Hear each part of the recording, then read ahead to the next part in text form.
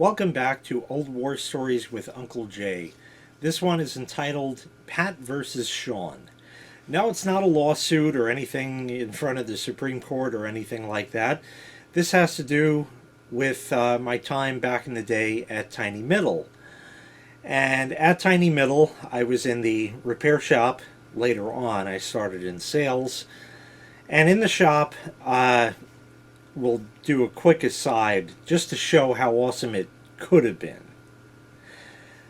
The manager for the shop was this guy AJ.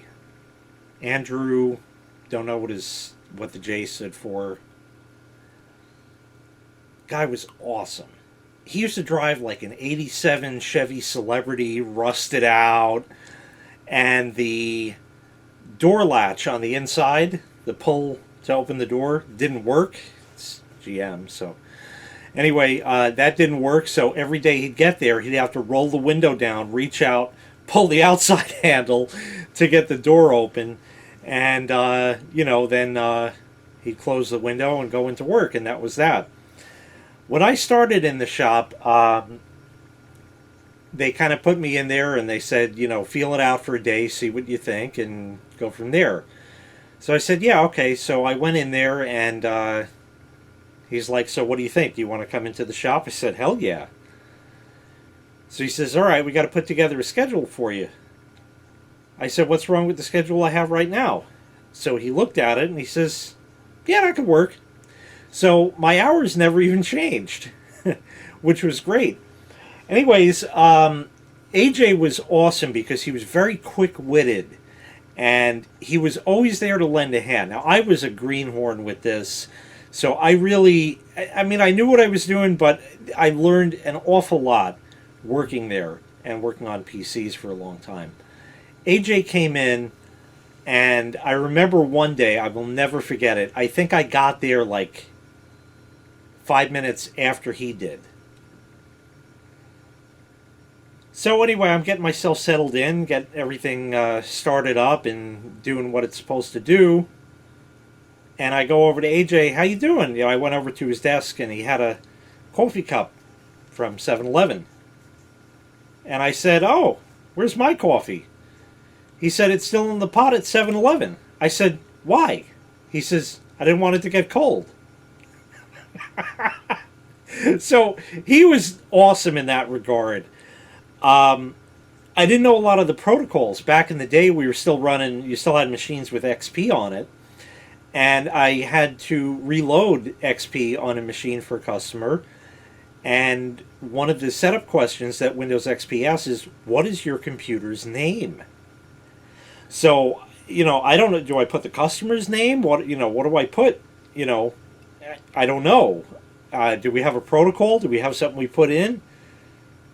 So AJ's just sitting at his desk, and I say out loud, what is your computer's name?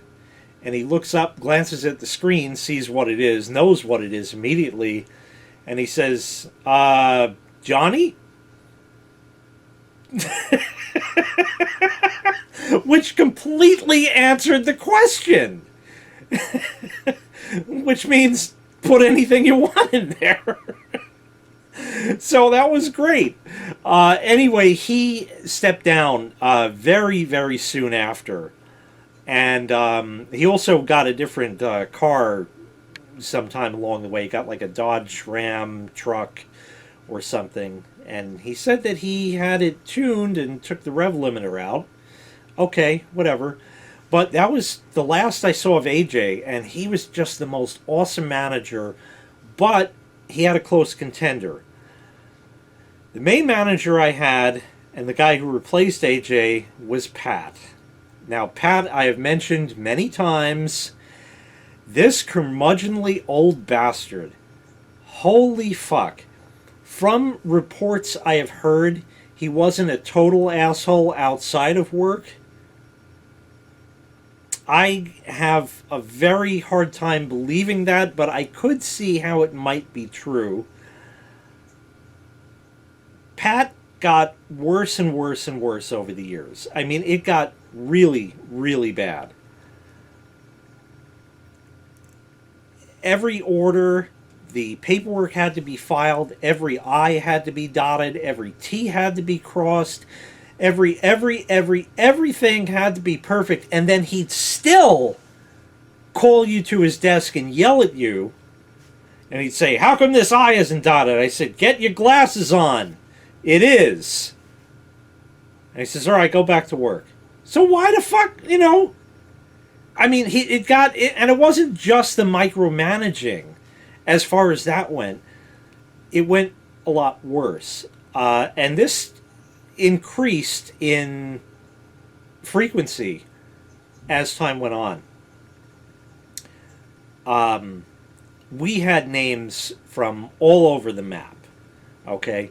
But let's keep things simple, and let's say that Mrs. Smith called about her computer.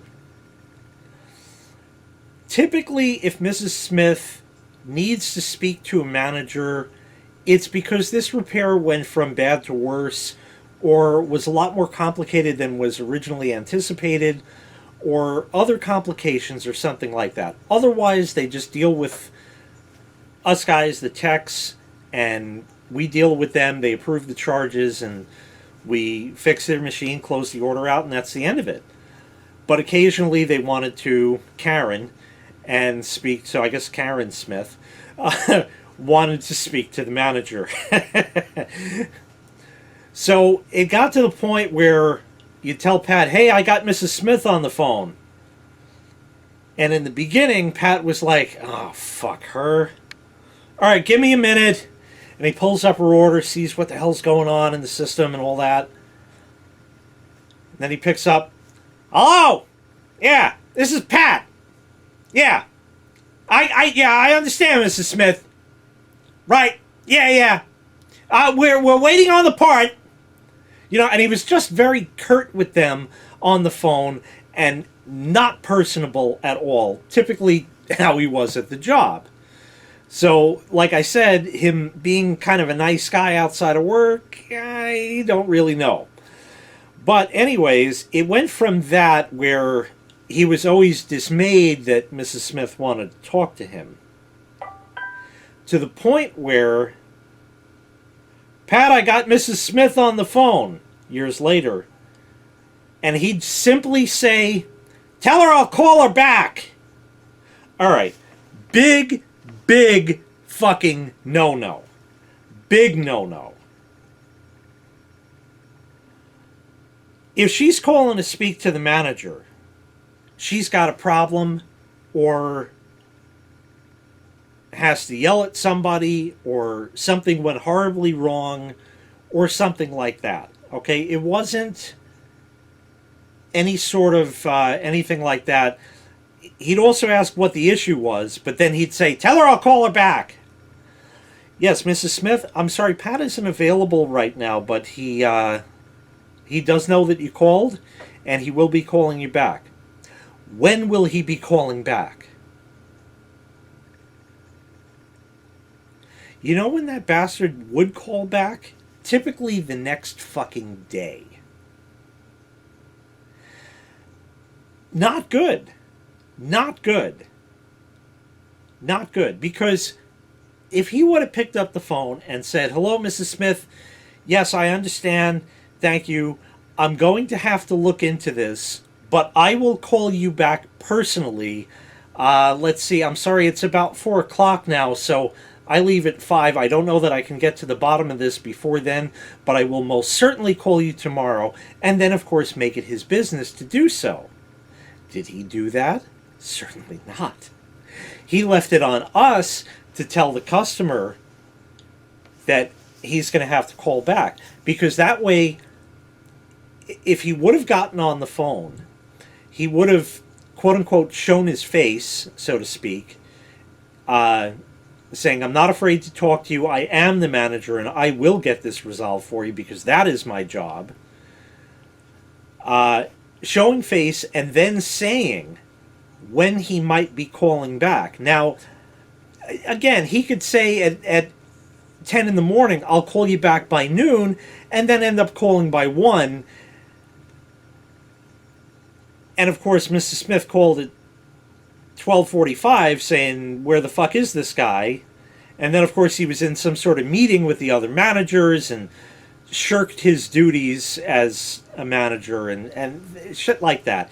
It got so bad, and it was very difficult to deal with customers on the phone because of his not wanting to deal with them personally. Now, again, you didn't want to get him involved regardless, because that means that, like, if this was my customer, that means that my ass is on the line. Okay, there are certain things that only he could look up and that he had access to and stuff like that. But he was always like too self-important, too busy to deal with the customer, which is, hello, the lifeblood of the business. Without customers, there would be no shop. There would be no Tiny Middle. We had a store company motto kind of thing. And the first thing on that, and it had a point, like 16 points on it in groups of 4. And the first thing on that list was take care of the customer. Nowhere on there did it ever say take care of the employee, but that I was trained on later on. That's another story for another time. But, and in fact, am I going to get into that? Maybe I'll get into that in the next one, because I got another one with him. Anyways, take care of the customer was the first line of the company's motto, so to speak. And it didn't matter if this was on the sales floor or in the shop.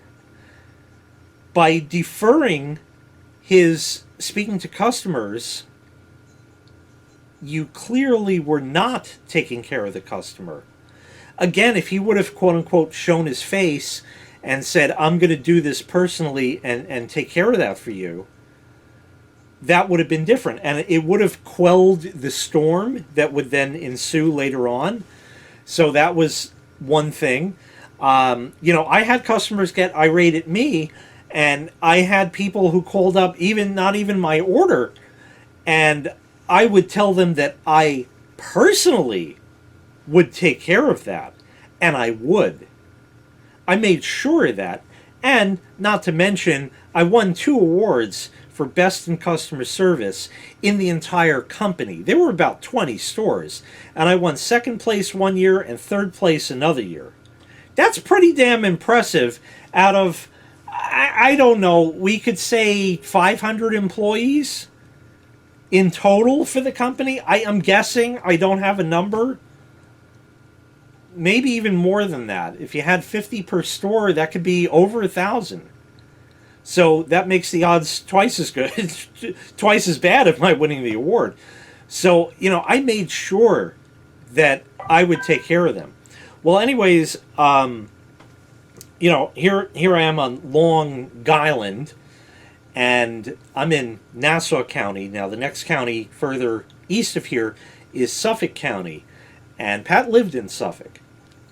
There were always talks about Tiny Middle opening another store in Suffolk somewhere. Never materialized, and still hasn't to this day that I know of, although many would certainly appreciate that. But in the downstate New York region here, you got Long Island, and then you have the city, New York City. But in between that, we have boroughs. And boroughs would be Queens, Brooklyn, Staten Island, the Bronx, stuff like that. Well, anyway, Queens is a lot more urbanized, and Brooklyn is even more urbanized. And then you get to the city where it's like that. So we didn't open a store in New York City, but we did at one point open a store in both Queens and Brooklyn. And fortunately, Tiny Middle got back at him. I don't know how to really explain it. He had to drive from out in Suffolk County, and it was a haul for him to come in. But he came in every fucking day to make my life miserable. But some days he had to go to the Queens store or the Brooklyn store. The Queens store was 20, maybe 15 to 20 miles, and Brooklyn was like 30. from where the Long Island store was. And that's on top of his commute back to Smithtown. This was a big trip. Now, did they pay him more? I think they would kind of have to take care of these other stores, and he would kind of like go to Queens one day, Brooklyn another, and then he's back at our store and stuff like that. And they realized that the store can't really operate without a manager. It worked for a little bit, but not too long. Well, anyway, in the store, in our store, in my store, was this guy, Sean. Now, Sean was kind of tall and lanky, nice guy, easy to get along with, easygoing.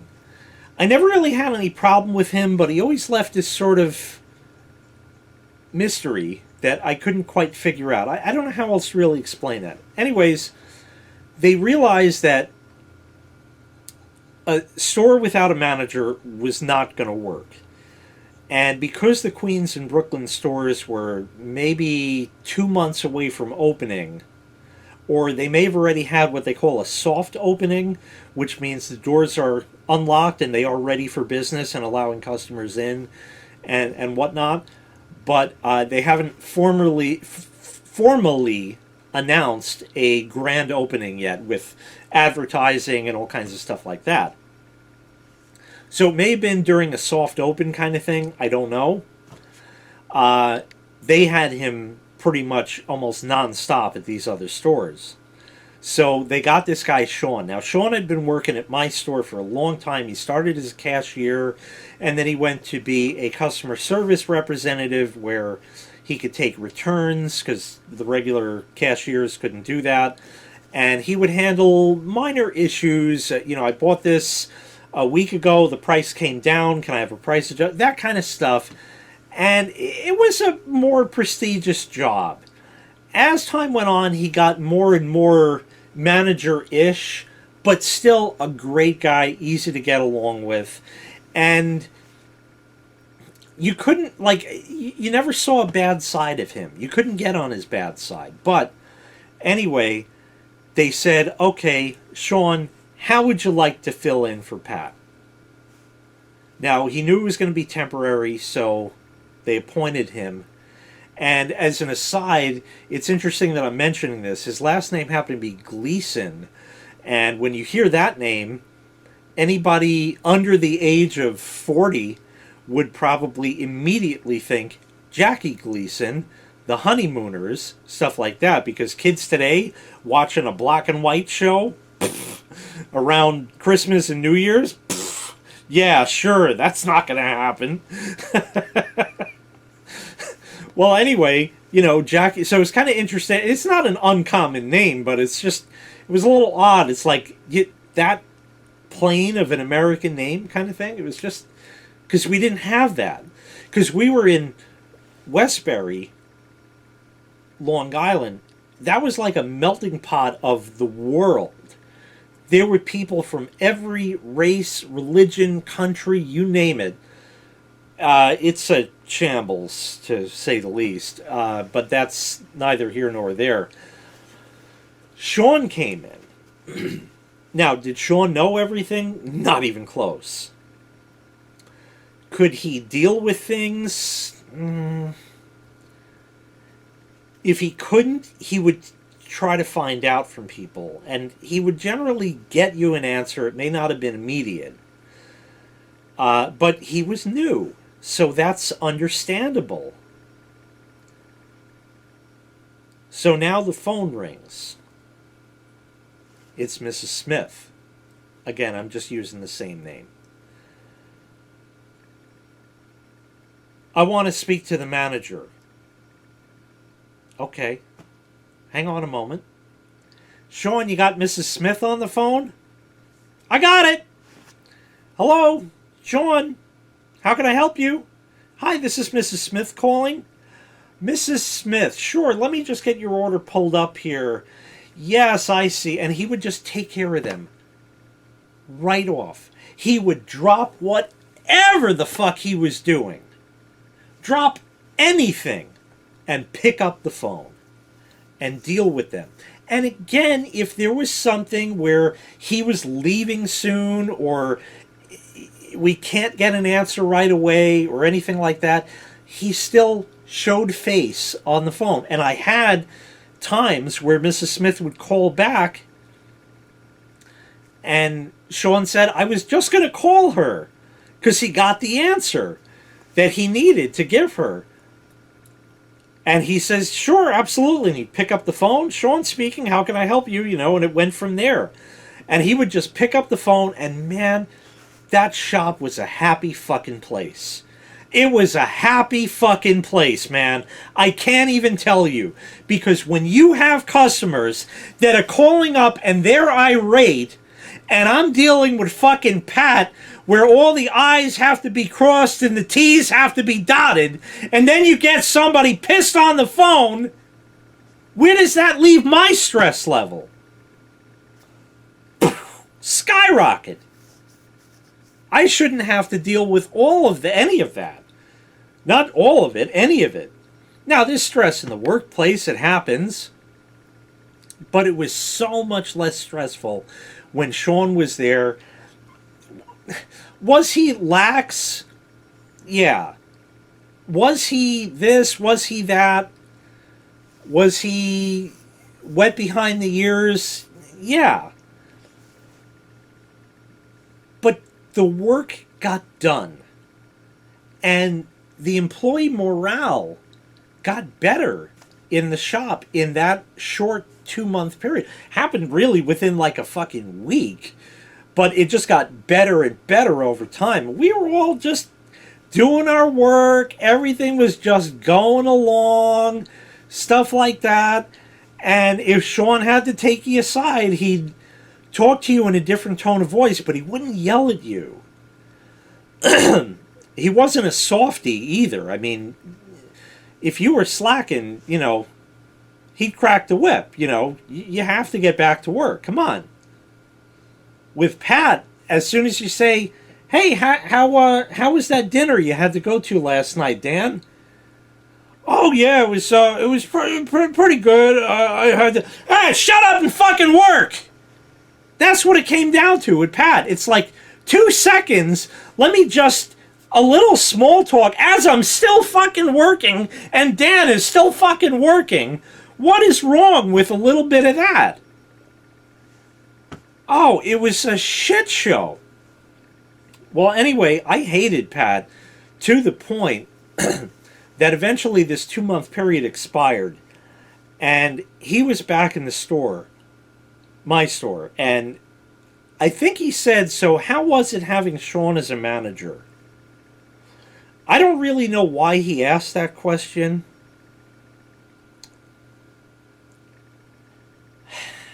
I still can't quite figure out why he asked that question. It didn't matter what the answer was. But I said, you know, Sean was certainly more lax and laid back, but the work got done. No, it didn't. No, it didn't. What do you mean? So Pat was sort of still overseeing. My productivity increased during that time. I don't know about the other guys, but I can only vouch for myself. Did they slack off more? I don't know. It was just a nice place to work at that point.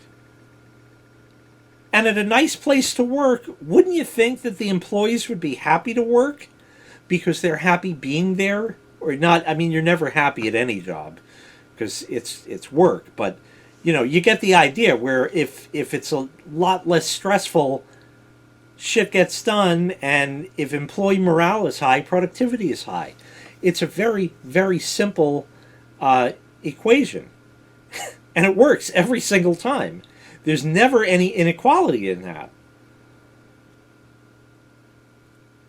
So I said, all right, well, listen, you got the numbers, Pat. But I will tell you one thing. If Mrs. Smith called, Sean would pick up the phone. He wouldn't blow her off like you do. And he didn't have an answer for that. And he basically kicked me out of there and said, get back to fucking work. Still not boding well for him not being an asshole outside of work.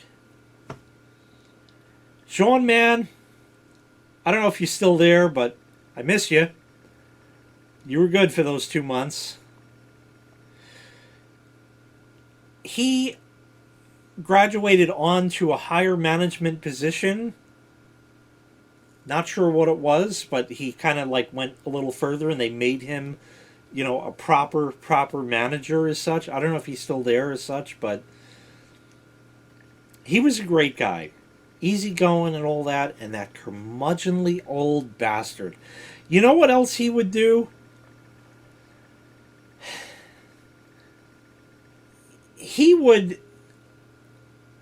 I remember one time he went on vacation. He said, I'm going to Bermuda.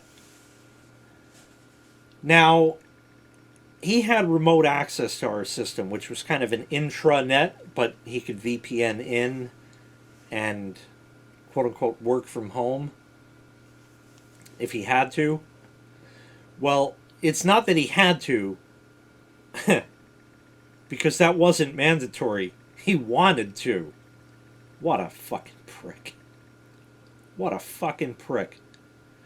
He took his work laptop that had all the appropriate software to get the connection in to fucking Bermuda. And when orders came in, I used to call this pitchforking, where the order was just assigned to me or another tech, and then me again, and me again, and me again, and me again, and me again. So I used to call it pitchforking, as if he were pitchforking a bale of hay, a haystack rather, to another place. Just keep shoveling the shit, shoveling the shit, shoveling the shit. From Bermuda on your vacation? With his whiff? How the fuck? I guess divorces were too expensive on his salary. I don't know. But, I mean, can you give it up for a fucking week? Seriously, can you? When I went on my honeymoon, which was in 2005, broadband was really gaining a foothold in the market, high-speed internet, and it wasn't that high speed then. But it was still a hell of a lot faster than dial-up. Well, we went on a cruise for our honeymoon, and on the cruise, they had a computer room, and it had satellite internet, and you would pay for your time in there. I don't remember what it cost. It was expensive, but by the same token, shit, you mean I can have internet access at sea? This was really something, okay, for the time. Remember, 2005, that is 18 years ago. So, that was a long time. So, to have that at sea, in the middle of nowhere, where there's no anything, and you just had satellite, that was pretty impressive. And I went in there just for one day. I said, I just want to just see what's going on with the email, send the parents an email, stuff like that, send my sister an email, stuff, whatever. Hey, I'm at sea and we have internet and I can do this, is really awesome, and shit like that. And I even had a customer of mine contact me by email, and I replied, I said, I'm on a cruise in the middle of the ocean, and I don't have an answer for you now. I'll have to call you when I get home, which would be like another week. So that's kind of how it went. But I just did it for fun, and I booked maybe a half hour. Maybe it was $15 at the time, which was expensive, so $30 an hour, something like that. And it wasn't very high speed, but it was still that you had it. It was kind of the novelty of it. And it was enough to do what I wanted to do, and that was really it. But he purposely took his laptop on vacation so he could assign fucking machines to everybody. Was he that afraid of getting yelled at by the higher-ups? I'll never know. Is he still there? As far as I know, he is. Does that mean he's doing anything right? Not in my eyes. Not in my eyes. Because one thing we were trained on that they forced us to do, we had these online trainings. In one of these trainings, one of the lines in there was employee satisfaction precedes customer satisfaction. And that goes along with happy employees are more productive. Like I said, there's never any inequality in that. It always works. So, employee satisfaction precedes customer satisfaction. Well, as soon as I saw that, I hit that print screen key so fucking fast. And I printed that out, and it was up on my bench. And whenever he would start yelling and shit like that, I'd say, whoa, whoa, whoa, whoa. Over here. Employee satisfaction precedes customer satisfaction. I was trained on that, motherfucker. And certified. And then he'd kind of walk off and say, fuck you, and that was the end of it. What a prick. What a prick. Anyway, I got more with him, but we're going to save that for the next installment of Old War Stories with Uncle Jay. So with that, I thank you for watching this episode, and I appreciate it very much. Please click like and click subscribe, and take care. We'll see you next time. Bye-bye.